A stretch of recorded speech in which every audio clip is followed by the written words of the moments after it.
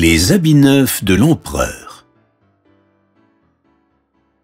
Il était une fois un empereur vaniteux dont le seul souci dans la vie était de se vêtir d'habits somptueux. En fait, il ne pouvait penser à autre chose qu'à ce qu'il allait porter le jour suivant. La rumeur de la manie de l'empereur se répandit bientôt dans tout le pays. Alors que la nouvelle circulait, deux escrocs qui avaient entendu parler de la passion de l'empereur pour les dernières modes décidèrent de tirer avantage de la situation. Ils se présentèrent à la porte du palais. « Nous sommes deux très bons tailleurs. Nous avons inventé une méthode extraordinaire pour tisser une étoffe si légère et si fine qu'elle semble invisible. En fait, elle n'est invisible que pour tous ceux qui sont trop stupides pour en apprécier la qualité. » Le chef des gardes entendit l'étrange histoire et courut révéler les incroyables nouvelles à l'empereur. La curiosité de l'empereur prit le dessus et il décida de recevoir les deux hommes. « Outre le fait d'être si léger et si fin, Votre Altesse, ce tissu sera tissé dans des couleurs et des formes spécialement créées pour vous. » L'empereur donna aux deux hommes un grand sac de pièces d'or en échange de leur promesse de commencer immédiatement à tisser l'étoffe. Les deux gredins lui demandèrent un métier à tisser, de la soie et du fil d'or. Puis ils firent semblant de se mettre au travail.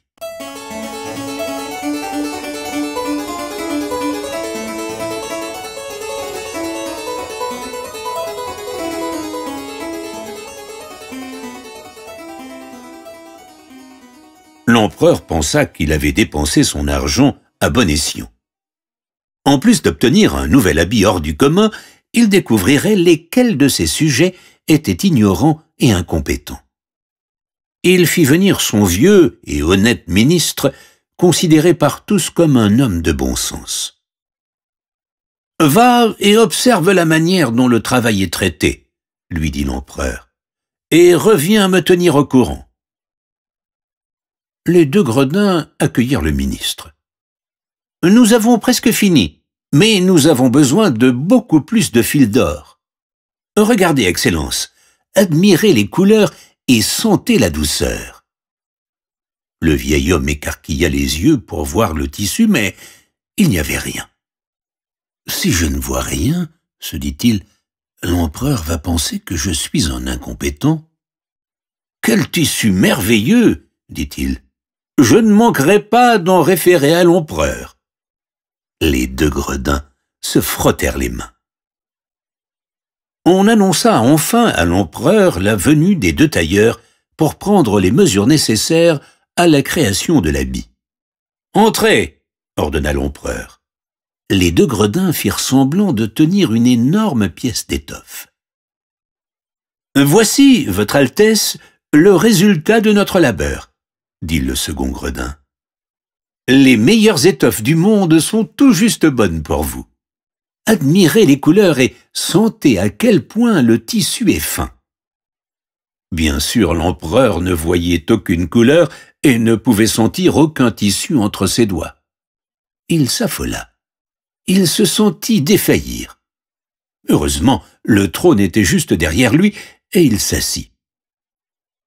Mais il réalisa vite que personne ne pouvait savoir qu'il ne voyait pas l'étoffe. Et il se sentit mieux. Personne ne découvrirait qu'il était stupide et incompétent. Le complot se déroula exactement comme les deux gredins l'avaient espéré. Le duo commença à découper l'air avec de grands ciseaux tout en cousant une étoffe invisible avec leurs aiguilles. « Votre Altesse, vous devez enlever vos vêtements pour essayer les nouveaux habits. » Les deux gredins le drapèrent avec les habits neufs et lui demandèrent de se tenir devant le miroir. L'empereur était embarrassé. Mais comme personne parmi les spectateurs ne semblait remarquer qu'il n'avait rien sur lui, il se sentit soulagé. « Oui, il s'agit d'un bel habit.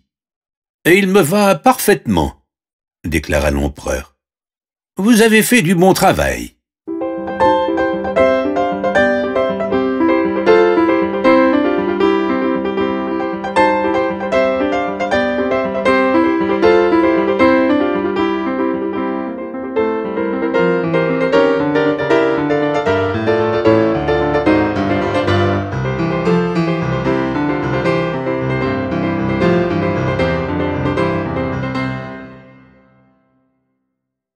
Votre Majesté, dit le ministre, nous avons une requête. Le peuple est curieux de vous voir dans votre nouvel habit. L'empereur était réticent à se montrer nu devant son peuple, mais il n'hésita pas longtemps. Après tout, seuls les ignorants et les incompétents seraient incapables de voir son nouvel habit. « Très bien, dit-il. J'accorderai au peuple le plaisir de voir mes nouveaux habits. » Le peuple s'était rassemblé sur la place principale, se poussant et se bousculant pour mieux voir.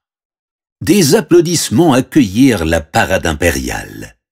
Chacun voulait voir à quel point son voisin était stupide et incompétent. Au passage de l'empereur, des murmures s'élevaient dans la foule, suffisamment forts pour que tous puissent entendre. « Regardez les habits neufs de l'empereur, ils sont magnifiques. Et admirez ces belles couleurs. » Les gens essayaient de cacher leur déception de ne pas voir les habits, mais comme personne ne voulait admettre sa propre stupidité, ils se comportèrent comme les deux gredins l'avaient prédit. Un enfant, néanmoins, qui jetait sur le monde un regard innocent, s'approcha du carrosse.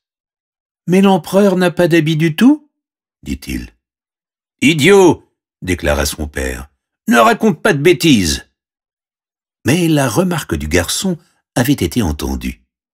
Elle passa de bouche en bouche, puis le peuple tout entier se mit à crier « Le garçon a raison, l'empereur n'a pas d'habit du tout, c'est vrai !» L'empereur reconnut que le peuple avait raison, mais il ne pouvait l'admettre. Il pensa qu'il était plus sage de poursuivre la parade et de maintenir l'illusion, faisant croire que ceux qui ne voyaient pas ses habits étaient soit stupides, soit incompétents.